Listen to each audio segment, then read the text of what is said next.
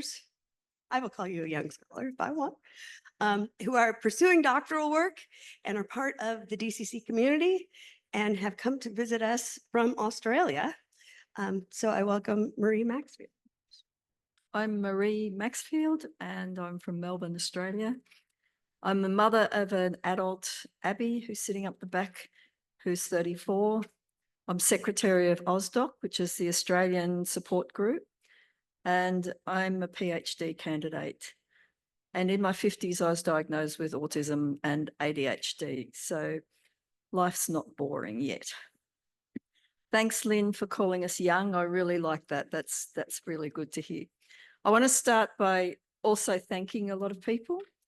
I want to thank Kathy and Gary. I want to thank some of the pioneers who are the giants on whose shoulders I'm standing. Kathy and Gary Schillmoller, some of you will know, did a lot of work many decades ago, and I think they did the biggest study that's ever been done that showed a lot of the impacts of corpus callosum disorders. Of course, Dr. Lynn Paul and Professor Warren Brown, definitely the decades of research that have identified the syndrome and told us how so many impacts affect people with corpus callosum disorders. And Professor Elliott Scher and our very own, we have to claim her, our very own Professor Linda Richards for their extensive medical and biological research. I'm a very junior researcher and it's very humbling to share a space with them. So at the risk of sounding like an Academy Awards speech, I'll move on with my presentation. Go. Where's my slide person? Sorry? You have to sit closer. I'd like to thank the Academy. Oh, sorry, wrong speech. Okay. That was a joke. Okay. My research project is about adults' quality of life and specifically how their personal well-being is. Personal well-being is basically how satisfied they are with their lives and how happy they are. And my project this is a little bit tricky because I'm reading something here. I've got a slide operator there and pictures on here, so bear with me if I get a bit lost sometimes. It began with a conversation with Linda Richards, who said that she was interested in sort of knowing what sorts of things need researching, what do the adults want and how do we know? So that's what inspired me to take this up. Who's involved? Are we on the heterogeneous side? Oh, this is going to be difficult, sorry. Okay, so we hear the word heterogeneous, and if you don't know what it just means many different things. So corpus callosum disorders are described as heterogeneous. They have different causes, they present differently, they're very different in everybody, and it's very hard to pinpoint something. So that's what makes it hard for teachers and doctors and parents and families and friends and everybody else to understand the condition. Lynn Paul, the next one, sorry. And it can be invisible. We have Lynn Paul and Warren Brown to thank for isolating the, sorry, glasses on, for isolating the syndrome. And the three main things that we discovered with that is that it's reduced transfer between the hemispheres and the brain can adapt, but it's not as effective as having a corpus callosum. There's a slower processing speed and there are difficulties with complex, novel or new situations and information. Next one. So those unparalleled global research champions using the state-of-the-art neuroimaging and assessment measures and biological and behavioural research in a lot of areas that haven't been explored yet inspired me to do a PhD. This is what I thought a PhD would be like, and I was going to do a PhD in the lived experience of adults with a corpus callosum disorder around quality of life, and this is a bit more about what it's actually like. So I've been going for a few years and I'll be going for a few years more. The next slide is the personal wellbeing study. Sorry, I'm matching up odd things here.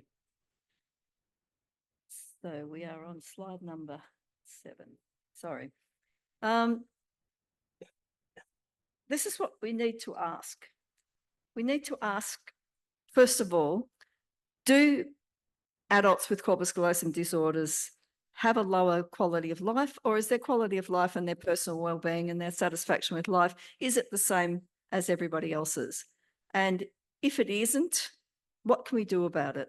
So the research questions were, first of all, to start measuring the quality of life in a group of adults in Australia and then compare them with the normative data for the Australian population.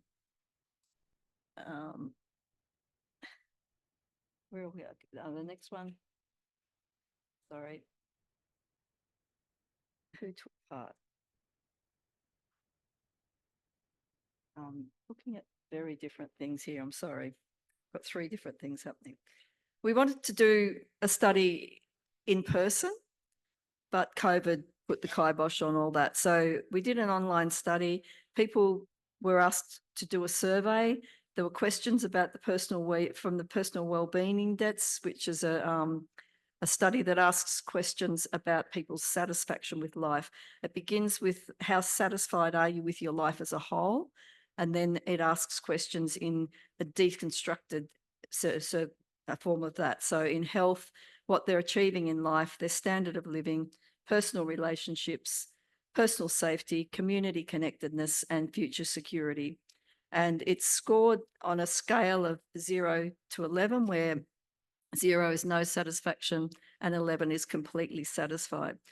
Then the results for the 7 different domains are averaged out, and that becomes what they call a personal wellbeing index, which is an index of where they're sitting in relation to the population. Generally, populations in developed countries have a personal wellbeing index of around 75. So it's converted to a percentage. So if you think of around 75%, most people in developed countries are pretty happy with their quality of life. And in our scores, I can show you I think we're going to skip one, go to the table, please. Okay, that's a table of the results of our scores. And you can see that the results aren't good. And if I said it in Australia, I'd probably say something like things are crook in Tullarook, which is probably your equivalent of Houston, we have a problem. Because in most of the areas, the adults in the survey, the 53 adults in the survey, scored below the mean of the Australian population, the means of their PWI scores.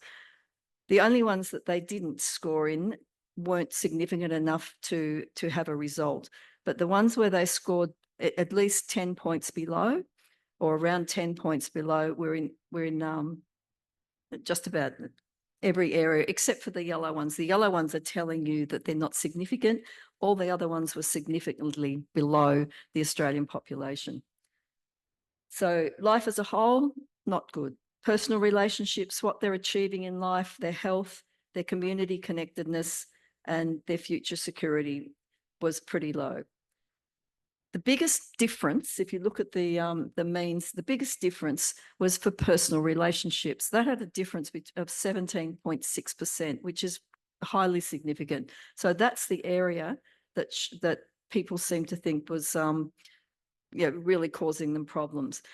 On the survey, we also asked a question where people could write the answers in a box. And the question was, are there any other areas or are there any other things you want to tell us? I'm not reading the specific question, but are there any other things that you want to tell us about how having a corpus callosum disorder affects your life? So people were able to write things.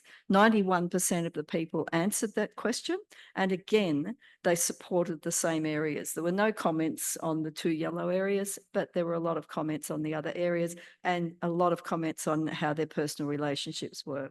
So can we go to the next one, please? Okay, so they were significantly reduced in a lot of areas. You can, I think I've said most of that in that one. So if we go to the next one, and it's got a pictorial representation with a graph, that's a 95% confidence interval. That's what the coloured bars are. The little black dots in the middle are the means of the personal wellbeing index, the means of each of the different areas, and the means of life as a whole. So you can see where they sit in relation to the normative population, and where the big gap is in relationships. The biggest gap is really sort of obvious in that. And the next one. When we asked the questions about anything else they'd like to tell us. There are a lot of answers came up with relationship issues. And these are some of the quotes from the people who participated.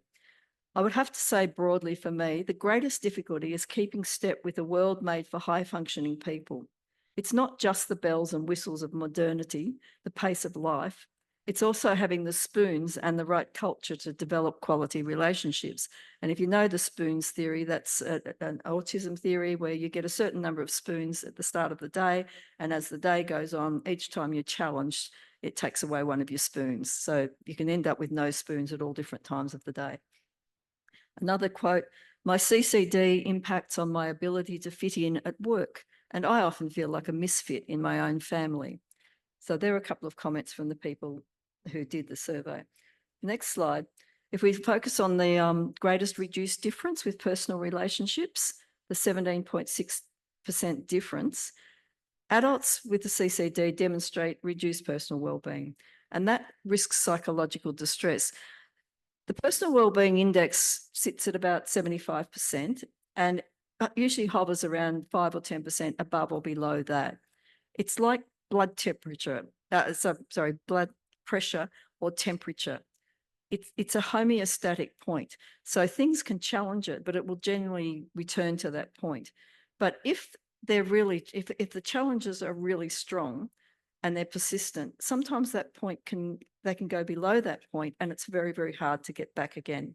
So a difference of 17.6% is quite high, and half our people, if you score below 70, that's a challenge. If you score below 50, that's a really severe challenge that's often difficult to recover from. And that can cause, next slide, result in mental health issues and depression. So a quarter of our population doing the survey were at risk of depression and other mental health and mood disorders. And half of them were getting quite strong challenges that made it difficult for them to actually recover back to the good sense of personal well-being. Next one. And these are a couple more quotes about the relationships. It, which was corpus callosum disorder, has a big impact on how we interact with the people around us and how complex social situations really are.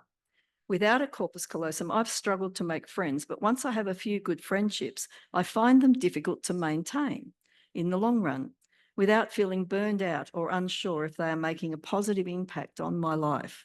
So there's that unsurety about how to make friends, and when you make friends, whether it's there's longevity to it. Another one, I find it extremely hard to connect to people. I find it hard to make and keep friendships and relationships.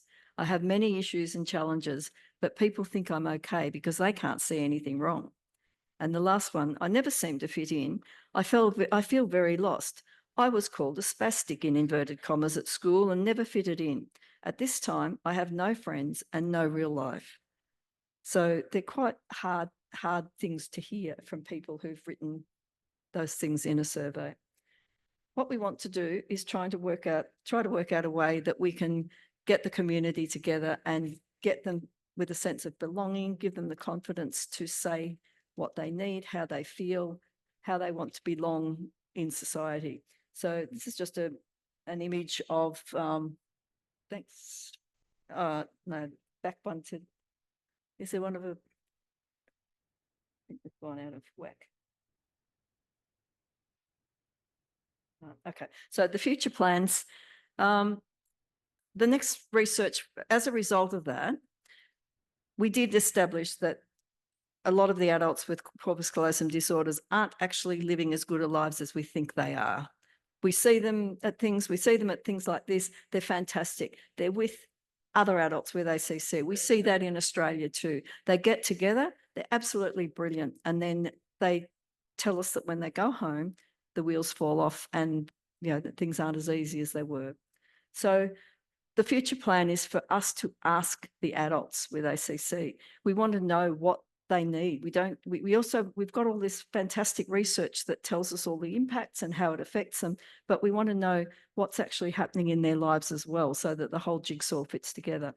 So we want to know what is happiness, what makes people with CCD happy? How can we create positive change? And we want to have collaborative processes so that we're actually involving the adults in the research. And I have a team of advisory adults who are called AGLAP, which is a Good Life Advisory Panel made up of adults with corpus callosum disorders who help me plan the things. We also need to inform and educate the decision makers and the service providers. Nothing about us without us rings very true for this community. So we need to ask the adults. These are a few photos of some events that we've been running in Australia, where we've had the adults have been coming out as peer leaders and running electives, and we've had a World Cafe and a few other things, just sort of trying to find out what things work to get everybody to talk together. And when they are all together and they've got some direction with that, they do talk. Going back to the elephants, because Lynn started with elephants, so I'm going to end with elephants. One of the things that makes it really hard is going back to that heterogeneity. When you go to a doctor or a teacher, they all have a different perception, if any, of what a corpus callosum disorder is. So that's because they're looking at different parts. We want them to look at that whole elephant. So elephants are very important, aren't they, Lynn? You've got one on a piece of string. I've got one that's all different parts. So that's what we want them to do. We want them to see the whole elephant.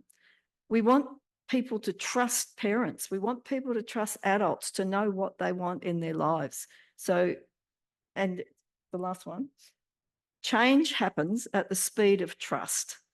So we need people to trust that the corpus callosum disorder that your children or that you have is something that's really important. It's a significant part of the brain that's missing. So we know that they might have some autistic traits, or they might have seizures, or they might be in a wheelchair, but we don't want the educators to focus on the autism or the wheelchair. We want them to look after that. We want them to support it, but we also want them to know about corpus callosum disorders. And if you're trusted and we're trusted and the adults are trusted, the change will happen. It is happening already. We trusted this, and I don't know if anyone knows what that is. That's the very first MRI machine from about 1980. So we trusted that, and look at the machinery we use now. So let's see if we can get out there and try and make people understand what a corpus callosum disorder is and how it is so different for everybody. Thank you. So my name is Michael Shanahan. I'm going to talk to you today about my PhD project, Australian Adults with a Corpus Callosum Disorder, and their experiences of anxiety that I'm doing at Queensland University of Technology in Australia. So just to give you my background, I'm a registered nurse with 10 years of clinical experience. I did my bachelor and master's in nursing. I also teach nursing at James Cook University in Australia as well. I consult for the Queensland Disability Network, the peak disability advocacy body in my state. I volunteer for the Human Library Project and diversity inclusion committees at my workplace, and that's all about recruitment and retainment of disabled employees. And I'm also sitting on a committee at the hospital that I work in for developing disability policy around disabled patients. The main thing that I do in the disability advocacy space is being on the management committee of AusDoc, which Maree introduced. I've been on the management committee for 10 years, and I've been the vice president for 5 years. In that time, I've had conversations with hundreds of people with CCD, and anxiety comes up as a common topic of discussion of this thing that people have a lot of trouble with, and a problem that we need to solve within the community. I also have ADHD and OCD myself, as well as partial agenesis of the corpus callosum. So the aim of the research is to lay a bit of a foundation and be able to describe what we're talking about when we're talking about anxiety in the context of a CCD. So the literature review looked at 4 major scientific databases: Medline, PsycInfo, CINAHL, and Embase. And we also did a great literature search of the NODCC, AusDoc, Corpwell, and IRC5 websites, where I searched for anxiety in the relevant URLs and pulled up some of the family stories from those 3 family-oriented organizations where they were talking about their own children or grandchildren and the challenges that they faced, and in this case, where anxiety was mentioned. What we found was a paucity of detailed literature on anxiety when we're talking about anxiety in people who also have a CCD. We could describe anxiety as a potential psychological element of CCD.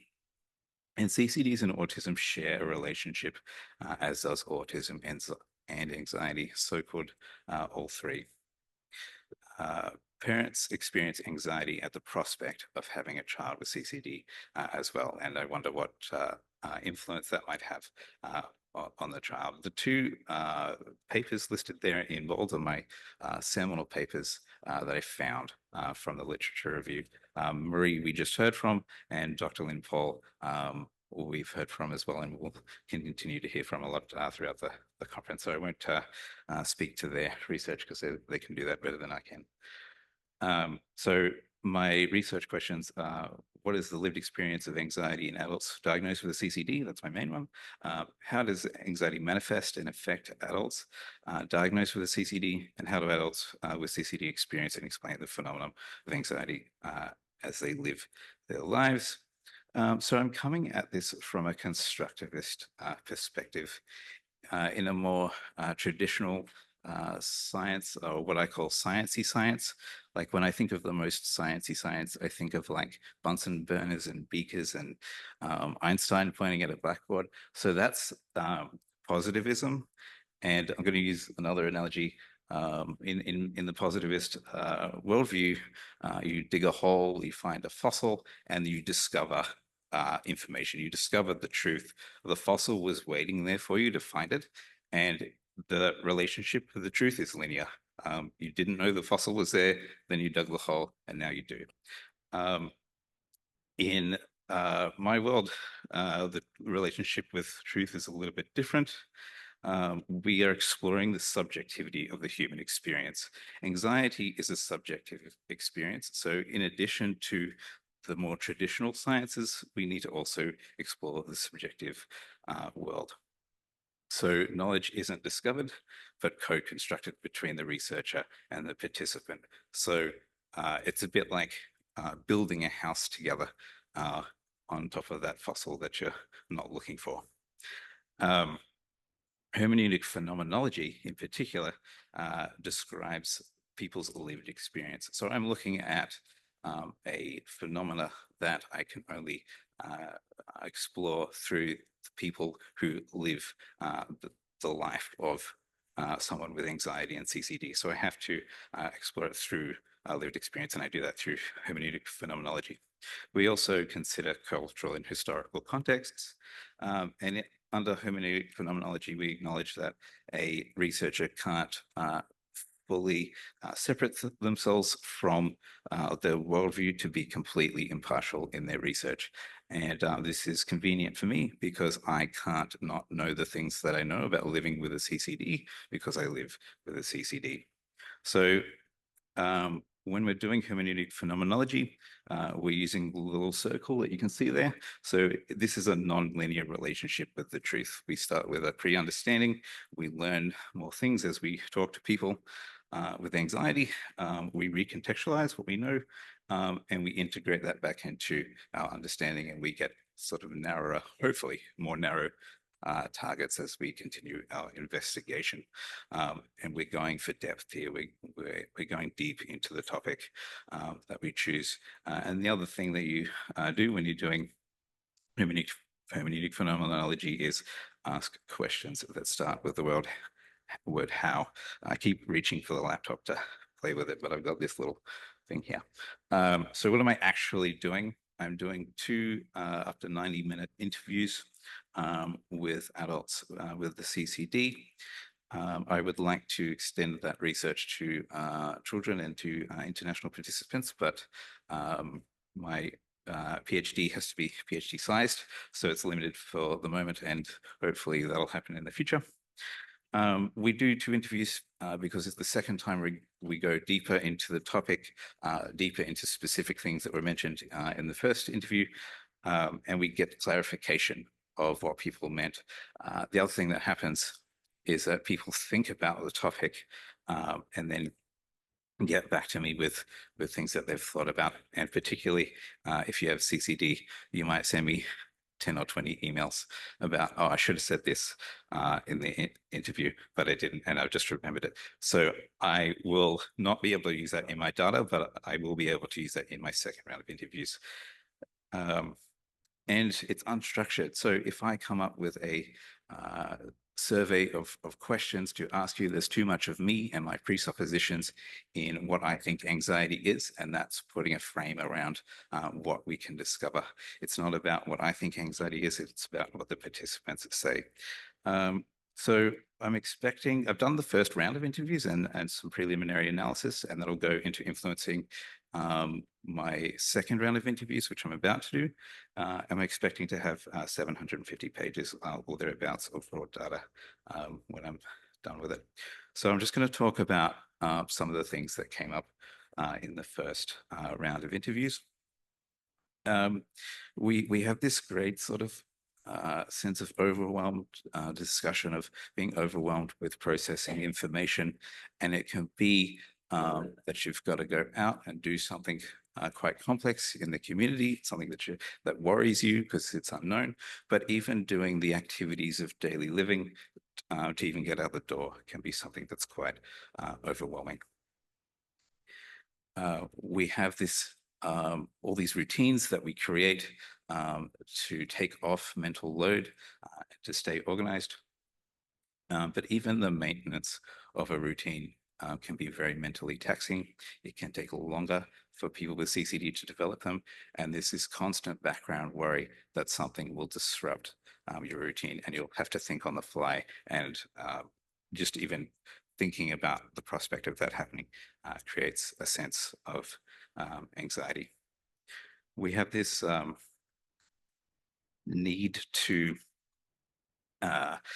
connect with people, but that's paired with this knowledge that we can't quite do it in the way that we might like. We can't quite pick up on feedback in real time, and so we don't know how we're going with our social interactions, and we fear going into social actions because of it. In particular, crowds are something that it brings worry to everyone's mind. It's not just the sensory experience of being in a place where crowds happen, like a nightclub. It's the compounding of social expectations. You have to keep up with 10 conversations and 10 people's opinions of you instead of just one. So everyone seems to have a strategy for leaving a crowd. We have this evolution of labels, particularly because our current adult cohort generally wasn't diagnosed in utero or as a child. So we think of ourselves as clumsy, for example, and then we go looking for information around that. And that limits what information we can get. So when we get the CCD label, that's really important for how we can seek information and conceptualize ourselves and our problems. CCD is heavily contrasted with our perceptions of anxiety because anxiety is this thing that has some temporality to it. Panic attacks and anxiety attacks end, but CCD is forever. So does that mean my problems are also going to stick around forever? We want to fit in, and in particular, we want to be normal. And what was striking about conversations around, I don't want to use the word normal, but I'll use the word normal because we know what it means. In the context of the people that I interviewed, it means not having a CCD. And we have this background level of worry when we think about, I don't really fit in, but I want to, because I will never be this particular conception of normal. When I ask them about how they conceptualize their anxiety in contrast to their perception of anxiety in the general population, we get a range of different answers, but they're generally in the neighborhood of, I think about all of these things that my CCD does to me, and this influences the nature of what I'm anxious about.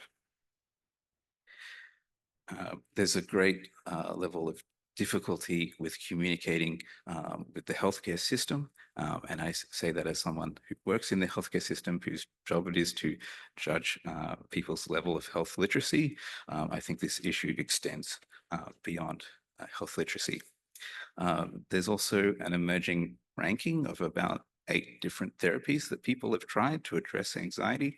And I'm not quite ready to talk about that yet. I'm not asking them to rank what the best therapy was that they went to, but they are doing it.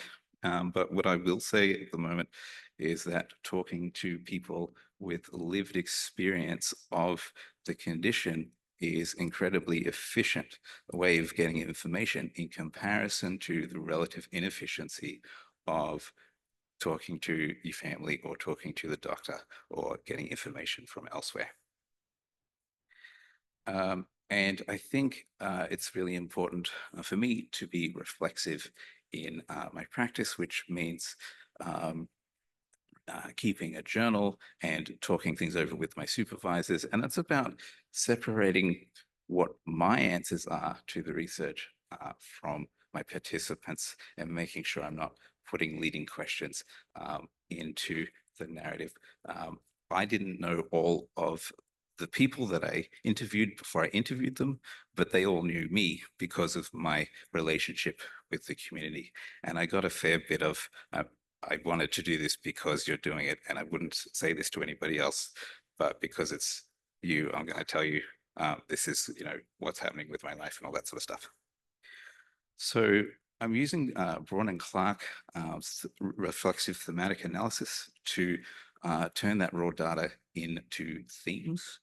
And so what happens now is that analysis influences how I approach the second round of interviews. I do the second round, and then I do another analysis, and then I get a description of what anxiety is in the context of a CCD. And what does that mean? It means we can influence both qualitative and quantitative research in addressing anxiety with CCD. And then what I'm going to do is take that first step of doing something with that foundation, and that is doing a constructivist grounded theory study. So within constructivism, we can go wide or we can go deep. We can't do both at the same time because that's mixing your methods. But I can do 2 studies that happen to be close to each other in time. So that's what I'm going to do. I'm going to have a new cohort of participants, a new research question. I don't have the research question yet, but it's going to be influenced somewhat by the results of this first study that I'm doing now. We're going to come together rather than have individual one-on-one interviews. And we're going to create a theory. That's what grounded theory is about, creating theory from the ground up, from the people who live that experience. We're going to come up with a theory that describes anxiety in the context of a CCD. And that's the implications of the research. What I really hope is that we can do quantitative stuff as well. We can guide what we do quantitatively. That's the more sciencey science, by using what we find from the lived experience. And I hope to do that because as a disability advocate, I see a lot of criticism of the healthcare system and of science itself, that these systems are ableist and disabled people are not being heard. And one approach to addressing this is overthrowing evidence-based practice and replacing it with lived experience. And what I think we can do instead is use lived experience as a way to get research done, to put that data into the healthcare system and influence how we do healthcare practice. These are my references. And that's it. So I'd be happy to take any criticism or feedback or questions or anything that anybody has. Yeah, I had a hand there.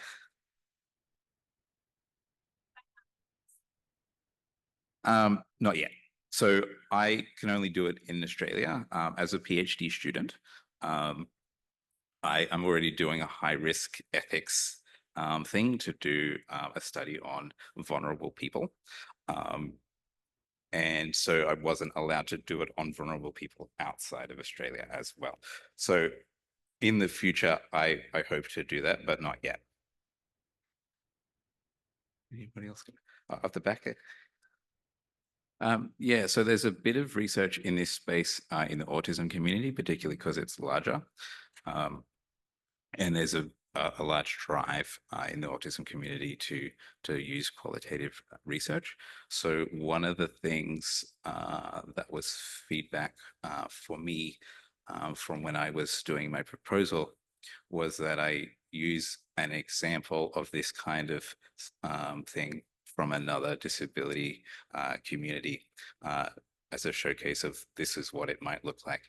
So it's been done in the autism community. We could potentially make that comparison.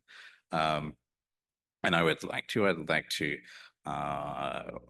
probably maybe somebody from the disability studies world could maybe combine studies to look at things like ableism in healthcare delivery. In terms of what I would like to do next is go deeper into studying anxiety. There's a lot of potential studies to come out of this rather than looking at other disabilities, but that is certainly something that could happen. I think one of the things too is I talk a lot about what could happen, but I got to finish my PhD first, and because at the moment I'm just talking a lot of smack about what could happen. So I do have colleagues that would be interested in that sort of thing, and no one that's actually like doing that, but it certainly could happen in the future, and I'd like it to. Yeah. Yeah. I'm wondering, because you're talking about, I think I heard you were talking about treatment, like treatment for anxiety. And is there any research currently present being done about the same, the effectiveness of the treatment, like CBT, DBT, like what kind of treatment is effective in this? I haven't seen anything in that space. And what I have done in addition to doing the grey literature and the scientific literature search is do an author search. So that's taking all the names of the IRC5 website and searching for what they've published on anxiety, because I was looking for, I'm not going to name names, but I've had clinicians say things anecdotally about how they treat anxiety in the context of a CCD. And I was like, it's great that you're doing that. Like, let's get it out there. And then it's not published. So it would be great to do that in the future. But then that's also part of why we need to do research that is at the beginning, which is where I'm at, because that's sort of where we are. But yeah, what I would like to do is that kind of stuff happen and possibly be influenced by the outcomes of these sorts of studies, where we talk from the people who do those therapies and tell us what their experiences are. Yeah. Cool. Thank you so much for hanging in there. We have one more speaker. People must think that everybody in Australia do PhDs, but we do actually have enough. We do very much encourage this in the Australian disorders of the corpus callosum community. And we're super proud of all of the community members who are doing research. We have one more. Hello, thanks for having me here all the way from Australia and logging in. I'm Peter Shakes. I am also someone in the community as I fit in this session. I'm a parent, a mother who received a prenatal diagnosis of ACC, and that has grounded my PhD research, which is a hermeneutic phenomenological study of the maternal lived experience of receiving a prenatal diagnosis of ACC, which is really just a fancy way for asking what do mothers go through after they're told that their unborn baby has ACC. We need to ask this because we know that with ACC, there's a wide range of outcomes, presentations, and causes. We know that any prognostic counselling that's based on data obtained from adults or historical data from people that are already in the world is only ever it's always uncertain because people develop in different societies at different times with different therapies, different ways of being. We know that there's a wide range of terms that are used for ACC. We know that from the wider literature about prenatal diagnosis that there can be significant psychosocial impacts on parents who receive a prenatal diagnosis. There's a high rate of PTSD, increased suicidal ideation. And we know that these psychosocial impacts can be increased by uncertainty. We know that it can be increased by a change in the diagnosis or prognosis. We know that later gestation diagnosis is associated with increased psychosocial impacts. And we know that also anomalies of the brain are particularly important for those or particularly heightened psychosocial impacts for parents as well. And ACC is a prenatal diagnosis that ticks all of those boxes. We also know from other literature that there could potentially be an impact from antenatal distress on the growing baby. And we also know that in this space of obstetric prognostic counselling, there can be a bit of a defensive practice in some settings where previous experiences of parents not being provided the information have in turn turned around and sued their providers for not noticing an anomaly or not talking about how, I guess, severe the impacts can be. These are cases of wrongful birth, which then create this somewhat defensive space where, in fact, it's been written in guidelines that if someone says that they're going to continue pregnancy in that prenatal context, that they should be reminded at every appointment that they can terminate. They should be reminded of all of the possible outcomes. So this can actually impact what happens during pregnancy. Yet we have no literature, no research yet about actually the experience of parents who receive a prenatal diagnosis of ACC. So it's really hard to make recommendations about how to support these parents. So again, this comes back to my question, well, what do mothers go through after they're told their unborn baby has ACC? Now, Michael already introduced us to this term hermeneutic phenomenology, and don't worry if it doesn't make sense to you. It took me 10 months to even pronounce hermeneutic phenomenology. But this is the methodology that I used for this study. So what that means is this is the way that I looked at the research question, looked at the data and obtained the data and did the analysis. So this long ology word just sort of guides that. This study was focusing on lived experiences. So I needed to capture data with people who had that shared lived experience. So mothers who had received a prenatal diagnosis of ACC. Within hermeneutic phenomenology, it's a focus on that lived experience. So when I was working with these mothers, I was trying to guide them to talk about moments that they lived. So I would guide them with questions like, well, were you sitting or standing at the time? Was there a window in the room? Who was around you? Because that brings people back to the moments that they experienced things and they describe what's actually happening in that moment, rather than a study that may be with parents 4 years down the track and ask them, what would have helped you back when you were pregnant? This is a different type of question and a different type of study, because that other type of study would obtain reflections and thoughts about the experience. But as we reflect, we continually change the way that we see things. I know straight after my prenatal diagnosis in the 3rd trimester, I was like, how did they not find this at 20 weeks? Oh my God. But then 12 years later, I'm like, thank goodness they didn't find this at 12 weeks.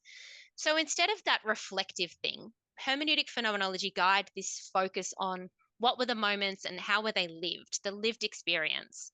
So I did this with, my cat's going to start interrupting me, with 26 mothers who were from the US, Australia, UK, and Canada.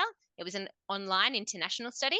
And these mothers had a living child who was diagnosed with ACC, and the child was between 6 months and 4 years of age.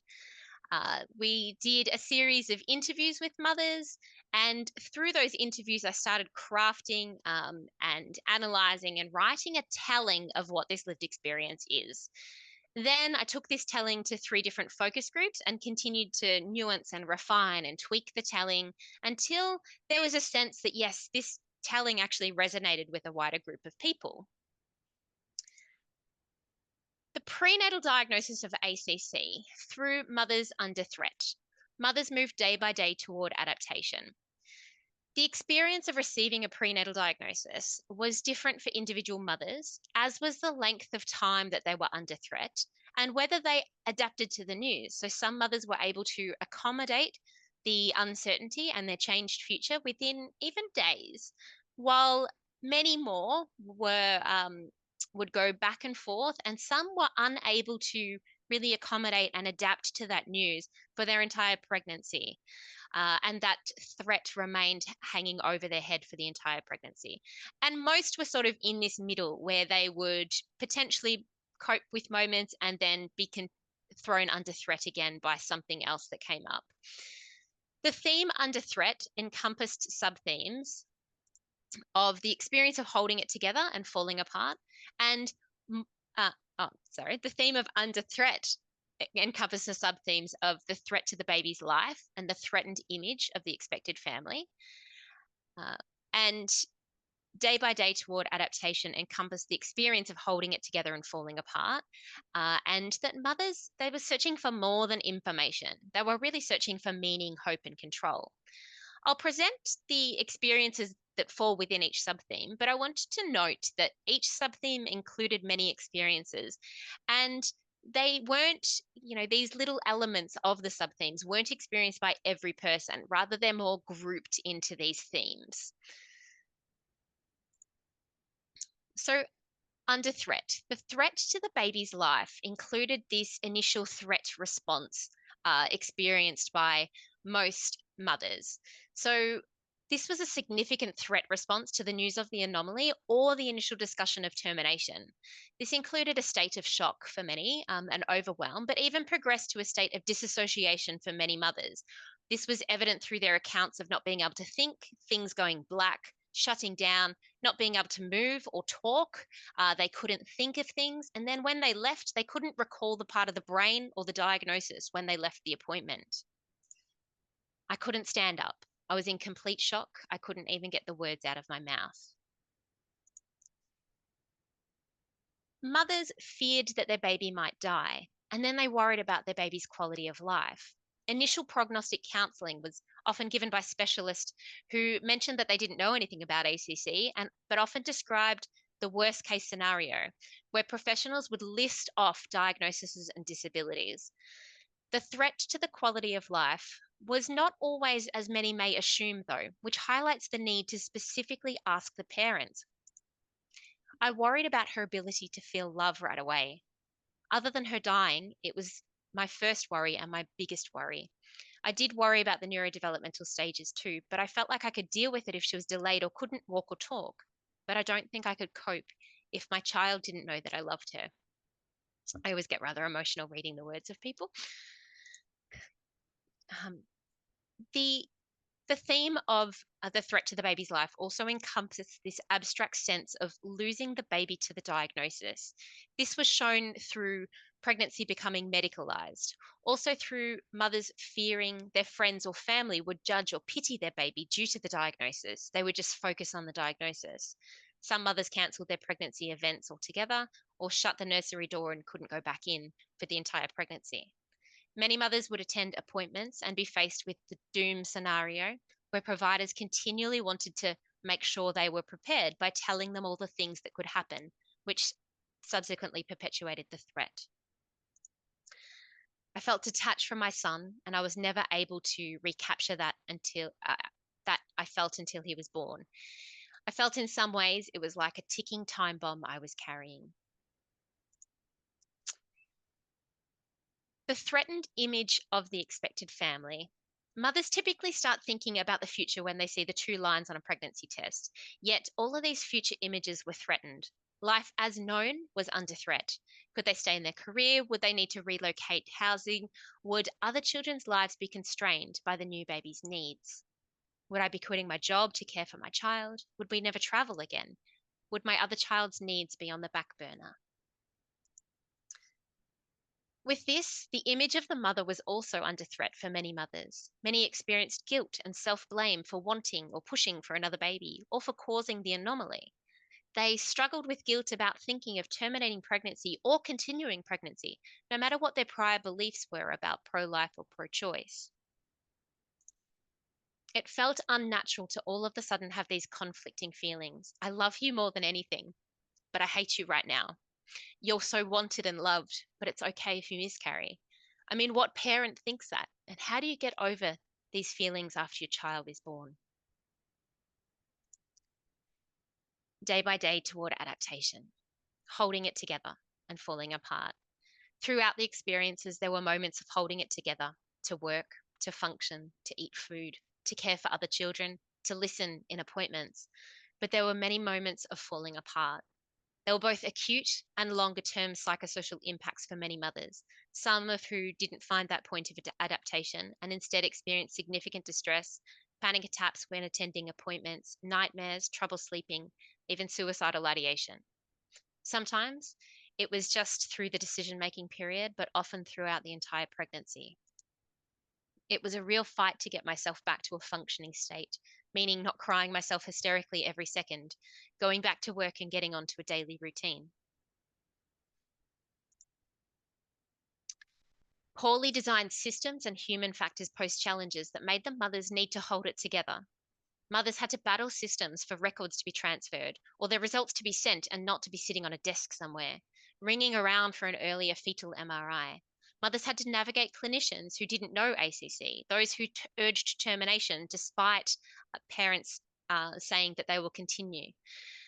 Sometimes mothers waited 6 weeks to meet a professional who had experience with ACC. They also had to navigate abrupt changes to birth plans or postnatal care. Several mothers had planned to keep their baby with them. This was negotiated with their teams, unless there was a clinical indicator at the time of birth, and then they would go to NICU. Yet on the day, professionals who were there in that space wanted the newborns in NICU for observation only without any clinical need. This was subsequently avoided for one mother who, through the advocacy of her midwife, but for another who was a nurse, she was threatened with child protective services. It resulted in them threatening us with all the injuries he could suffer if he were to have breathing problems, and that they would call child protective services if we refused to send him to NICU. I really wasn't refusing, but wanted an explanation of what they were seeing that I was missing and the criteria for getting out of NICU. They wouldn't tell me, and I was crying in frustration. This is significant given what parents have gone through to get to this birth time, and that they're trying to repair this attachment. Hiding and pretending. The human factors often meant that mothers were holding it together by hiding or pretending. Many hid things from other people in society who would comment on their pregnant bellies and make comments like, as long as it's healthy. Others were forced to pretend to be happy at work or a surprise baby shower. Sometimes this was hiding from professionals themselves. I was warned by more than one provider not to take too much to heart what I saw on Facebook. And that just really infuriated me because they were 100% accepting of some study from 30 years ago, listing the disabilities of kids with ACC as one of their diagnoses. They had zero idea of what a child with isolated as ours is could be or do. Toward the end, I stopped bringing it up and discussing the baby's future with those providers that I knew had the doom scenario in mind. Most mothers describe this intense or obsessive drive for information, but underneath the information was a drive for meaning, hope, and control. Meaning making typically occurred outside of appointments and was unassisted and often not signposted for any support for that. As mothers explored what information may mean for them and their family, they found hope through finding ways to connect their known and envisioned life with the potential child with high support needs, planning adjustments and painting a new image. They also found meaning and hope through validation and normalization of the experience, infrequently, but importantly when it was supported by professionals. I started on one of my rambles of specific questions that she couldn't really give me answers to. She said, "I know this is scary for both of you, but you have done everything in your power to learn and support this sweet girl.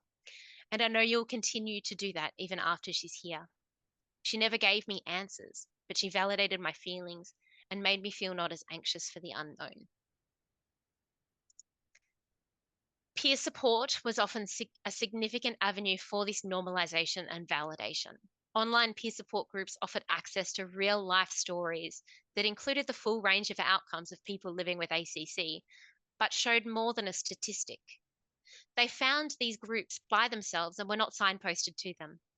Some mothers accessed these groups many times a day, as some found them confronting, showing the different ways that people move day by day toward adaptation.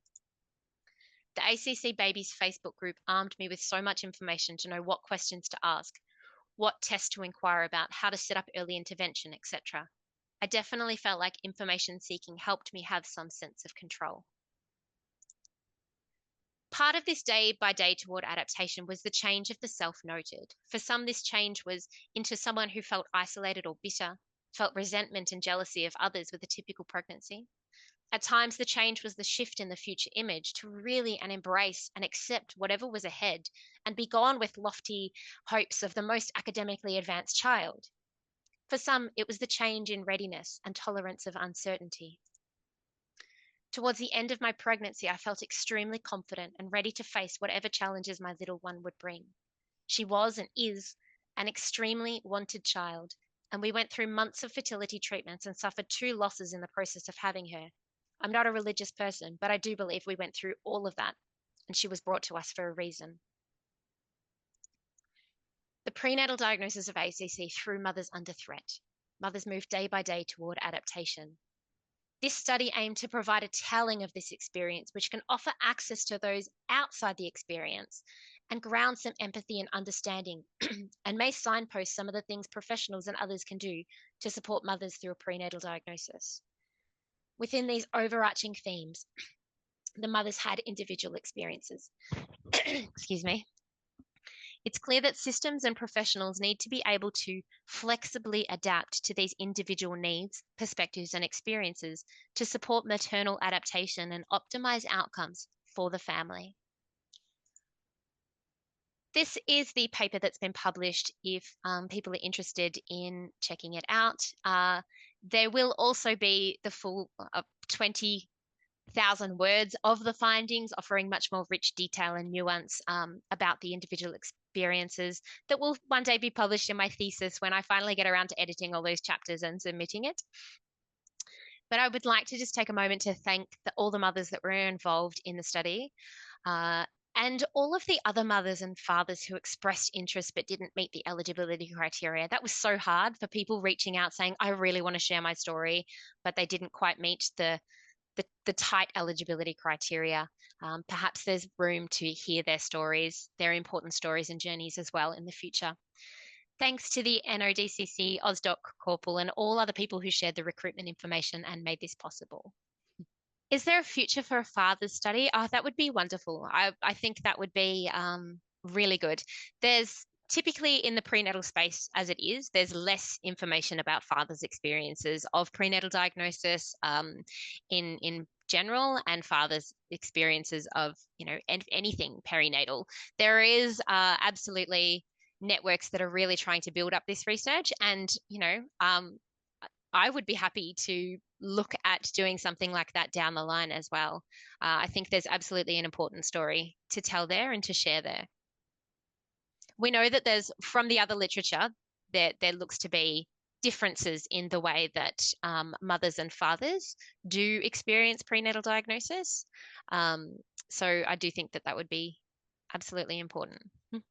So mums that connected on the Facebook groups, how did the mums that didn't find those groups, what did they do to benefit? I'm not sure whether you mean benefit, if you mean to get through their prenatal diagnosis. So out of the, what do they do to cope? Okay. Yes. Good question. In fact, many of the mothers that were engaged in the study only found the groups right at the end of their pregnancy, or even a few of the parents found it, or the mothers found it after pregnancy. And then that's when they got more connected. So there's not, I want to caution it by trying to make some assumptions about the differences between people, because it's a small group of participants already, and this type of study doesn't really aim to put, to make assumptions about how different groups of people move through the experience. But from some individual experiences in there, I know that there was this sort of overwhelming sense of isolation, feeling like, everybody else out there has these typical pregnancies. Everybody else, you'd be sitting in a waiting room and you'd see other pregnant people. And they felt really isolated in that sense. There were some mothers who did feel that they had really supportive communities, and they would share the diagnosis and they would receive the support. Not everybody felt that they could share. Many people hid the diagnosis entirely from their support networks. And some people that did share also experienced judgment and a sense of people telling them what they should be doing in terms of ending the pregnancy that they wanted to continue. So what did people do to cope? They used lots of different ways of coping. Some of it was just trying to get lots of information. Some of it was, even really practical things, like one mother set an alarm on her phone to remind her to eat because she just couldn't manage those things. Some people tried to distract themselves. Some people probably, by their accounts, weren't coping, many people, and were just doing what they could do to just get by day. Lots of people had panic attacks and things before their appointments. There's a lot of, what we take from this was that there's a lot happening outside of the appointments. And in Australia, while some providers may point and lead people to mental health professionals and things, it tends to only be flagged if someone's showing acute distress there. But when we consider that someone may be disassociating, and that provider might not recognize that response, or all this falling apart happens outside of appointments, we end up with this space where people actually aren't being signposted to any supports, whether that be peer groups or whether that be mental health professionals to support them through this, or counselors, or non-directive pregnancy counseling, any of those supports. I think there were only 3 people out of the 26 that actually were signposted to any type of emotional psychosocial support. That'll be the last question, and I'm sure everyone needs to wind up and finish for the day, and I need to get started for the day. So thank you for having me.